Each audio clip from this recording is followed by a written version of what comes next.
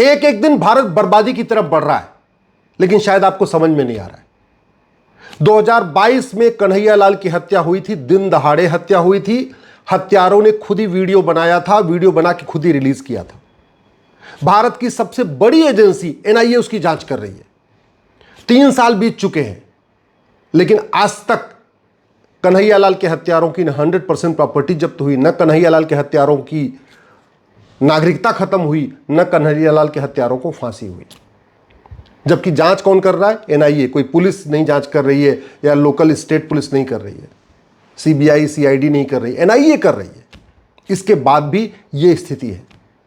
दुख इस बात का है कि कन्हैयालाल की हत्या कैसे हुई उसके ऊपर एक फिल्म बनती है, उदयपुर फाइल। उस उदयपुर फाइल को फिल्म सर्टिफिकेशन बोर्ड प्रमाण भी दे देता है, हाँ भाई ठीक है दिखाइए। 11 तारीख से उसको दिखाया जाना भी था, लेकिन एक संगठन आता है, पिटीशन फाइल करता है कि इस फिल्म के बाद तो देश भर में तनाव फैलेगा, और उसके बाद एक भूतपूर्व कानून मंत्री आके बहस करते हैं, और जज साहब कहते हैं काम करो, पहले आप ही चेक कर लो कि फिल्म सही है कि नहीं सही है। मतलब भारत में एक देश एक विधान नहीं चल रहा है, एक देश दो विधान चल रहा है।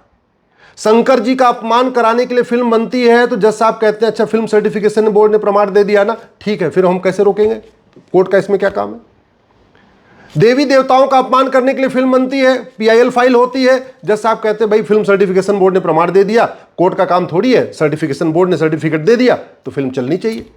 और कई बार तो ऐसा होता है, राज्य सरकारों को आदेश भी दिया जाता है कि आप सुनिश्चित करिए कि कोई तोड़फोड़ ना कर पाए। लेकिन कन्हैयालाल की हत्या के ऊपर बनी फिल्म जब आती है, तो उसके लिए जज साहब ये कह रहे हैं, जिसने पीआईएल फाइल किया है कि ये फिल्म बैन होनी चाहिए, कह रहे काम करो तुम देख लो और तुम्हारे वकील साहब देख लें, जब सेटिस्फाई हो जाएंगे फिर आगे देखेंगे। उस संगठन ने भी देख लिया, उसके वकील साहब ने भी देख लिया। अब जज साहब कह रहे कि नहीं, अब केंद्र सरकार तय करे इसको दिखाना है कि नहीं दिखाना है। मतलब गजब का खेल चल रहा है भाई इस देश। मैं पहले भी कई बार कह चुका हूं, 3 तरीके की मानसिक बीमारियां हैं। पहला नार्सिज्म, दूसरा स्टॉकहोम सिंड्रोम, और तीसरा मेगलोमोनिया। ये 3 बीमारियां तो आपको गूगल पे भी मिल जाएंगी, नार्सिज्म, मेगलोमोनिया, स्टॉकहोम सिंड्रोम। लेकिन एक चौथी बीमारी भी है, प्राण जाए पर सेकुलर इमेज न जाए। ये चौथी बीमारी है, प्राण चला जाए लेकिन इमेज खराब नहीं होनी चाहिए, सेकुलरिज्म वाली इमेज बनी रहनी चाहिए। इसके चक्कर में बहुत लोग दुखी हैं और बहुत लोगों को दुखी कर रहे हैं। और ये जो 4 बीमारियां हैं, प्राण जाए पर इमेज न जाए, ये बहुत सारे नेताओं को भी है, बहुत सारे माननीय जजों को भी है। पहली बात तो शर्म इस बात पे आनी चाहिए कि कन्हैयालाल की हत्या को 3 साल हो गए, वीडियो खुद ही बनाया मारने वालों ने, वीडियो खुद ही रिलीज उन्होंने किया, वीडियो की जांच में पता चला वीडियो सही है। कन्हैयालाल के हत्यारों का जब वॉइस सैंपल लिया गया तो पता चला उनकी आवाज भी वही है। मारने वाले खुद ही कह रहे हैं मैंने मारा, मरने वाले के बच्चे कह रहे हैं हाँ इन्होंने मारा। वीडियो उपलब्ध है, इसके बावजूद भी गवाहों के बयान हो रहे हैं, गवाहों के क्रॉस एग्जामिनेशन हो रहा है। ऐसी सड़ी हुई व्यवस्था को उठा के फेंकना चाहिए कि नहीं? फिल्म दिखाने से क्या होगा? फिल्म दिखाने से यही तो पता चला ना कन्हैयालाल की हत्या कैसे हुई थी। अरे वो सबको पता है कैसे हत्या हुई थी। कश्मीर फाइल बनी, कश्मीर फाइल देख के लोगों को क्या पता चला? यही पता चला ना कि कश्मीर में कैसे नरसंहार हुआ था। लेकिन कश्मीर फाइल बनाने से कश्मीर में नरसंहार करने वालों को फांसी तो नहीं हो गई ना, उनको आजीवन कारावास तो नहीं हो गया ना, उनकी प्रॉपर्टी तो नहीं जब्त हो गई ना। केरल फाइल बनी थी, कैसे धर्मांतरण होता है सबको पता चल गया, लेकिन केरल फाइल के बाद धर्मांतरण तो नहीं रुक गया ना। वैसे ही ये कन्हैयालाल की उदयपुर फाइल देखने के बाद लोगों को ये तो पता चल जाएगा कन्हैयालाल को कैसे मारा गया। वो पहले से सिर्फ पता है, इतना डिबेट हो चुकी है, इतना वीडियो लेवल है, सबको पता है। लेकिन कन्हैयालाल के हत्यारों को फांसी होगी क्या? नहीं। आज की डेट में मैं सोशल मीडिया में देख रहा हूं, बहुत सारे कह रहे भाई फिल्म देखना चाहिए, फिल्म दिखाना चाहिए, फिल्म बैन नहीं होना चाहिए। बहुत अच्छी बात है, मैं भी कहता हूं फिल्म बैन नहीं होना चाहिए, फिल्म दिखनी चाहिए। जज साहब ने गलती किया है, मैं व्यक्तिगत रूप से कह रहा हूं, जज साहब ने गलती किया है। एक गलत उन्होंने प्रेसिडेंट सेट किया है कि जो आया है कह रहे हैं तुम ही देख लो, तुम ही तय कर लो। फिल्म सर्टिफिकेशन बोर्ड के ऊपर कोई मतलब कोई ट्रस्टी नहीं बचा फिर तो। अब तो केंद्र सरकार सारी फिल्में देख देख के तय करेगी, और वैसे फिल्म सर्टिफिकेशन बोर्ड तो खुद ही केंद्र सरकार का पार्ट है। तो जब उसने कह दिया तो समझो केंद्र सरकार ने कह दिया। लेकिन दोबारा फिर देखने का मतलब क्या? फिर इसका मतलब जज साहब चाहते हैं कि कैसे कैसे न कैसे इसमें से कुछ सीन काटे जाएं, कुछ इसमें से निकाले जाएं। चलो हम ठीक कहते हैं, हम जज साहब के ऊपर कोई सवाल नहीं खड़ा कर रहे, जज साहब की इच्छा है, वो कानून के हिसाब से चल रहे हैं, कैसे चल रहे हैं। मैं तो केवल इतना कह रहा हूं कि जुडिशियल जो प्रेसिडेंट है वो सबके लिए कॉमन होना चाहिए। ऐसे नहीं होना चाहिए कि पीके में भगवान शंकर का अपमान हो और उसके बाद पीआईएल फाइल हो तो जज साहब ये बोल दे सर्टिफिकेशन बोर्ड ने सर्टिफिकेट दे दिया इसलिए कोर्ट कुछ नहीं करेगी, और ऊपर से राज्य सरकारों को भी आदेश देने के काम करो, तुम सुनिश्चित करो कोई तोड़फोड़ न होने पाए। लेकिन वहीं दूसरी तरफ कुछ कन्वर्टेड हिंदू आके खड़े हो जाएं कोर्ट में और उनके लिए भूतपूर्व कानून मंत्री, भूतपूर्व विदेश मंत्री और भूतपूर्व जो है शिक्षा मंत्री आके खड़े हो जाए, तो फिर एक नया तरीका आ जाए कि नहीं काम करो, बैठो दोनों लोग मिलकर देखो फिल्म को देखो, और फिर सर्टिफिकेशन बोर्ड का सर्टिफिकेट काम नहीं करेगा, अब केंद्र सरकार का सर्टिफिकेट काम करेगा। ये गलत प्रेसिडेंट है, मेरा ऐसा व्यक्तिगत मानना है। मैं जज साहब के ऊपर कोई सवाल नहीं खड़ा कर रहा हूँ, जज साहब का मैं सम्मान करता हूँ, उन्होंने जो कहा है बहुत सोच समझ के किया होगा, लेकिन ये दोहरा मापदंड नहीं होना चाहिए। हिंदुओं को ना थर्ड कैटेगरी मत बनाइए, हिंदुओं को थर्ड डिग्री का दर्जा मत दीजिए, हिंदू भी इस देश के नागरिक हैं। लेकिन मैं आता हूं दूसरे विषय पे। सवाल ये है कि कन्हैया लाल के हत्यारों को आज तक फांसी क्यों नहीं हुई? फांसी इसलिए नहीं हुई कि हमारे पास जो कानून है भारतीय साक्ष्य अधिनियम, इसमें narco polygraph brain mapping test का प्रावधान नहीं है।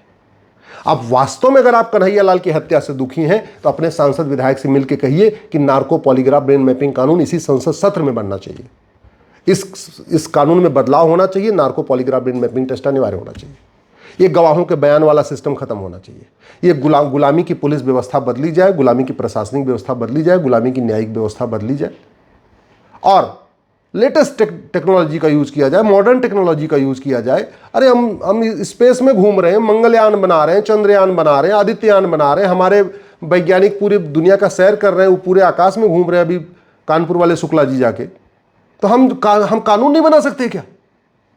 अरे दुनिया में अगर किसी देश में ना नार्को पॉलीग्राफ ब्रेन मैपिंग कानून समझ में आता है, भैया नहीं हम नहीं बनाएंगे।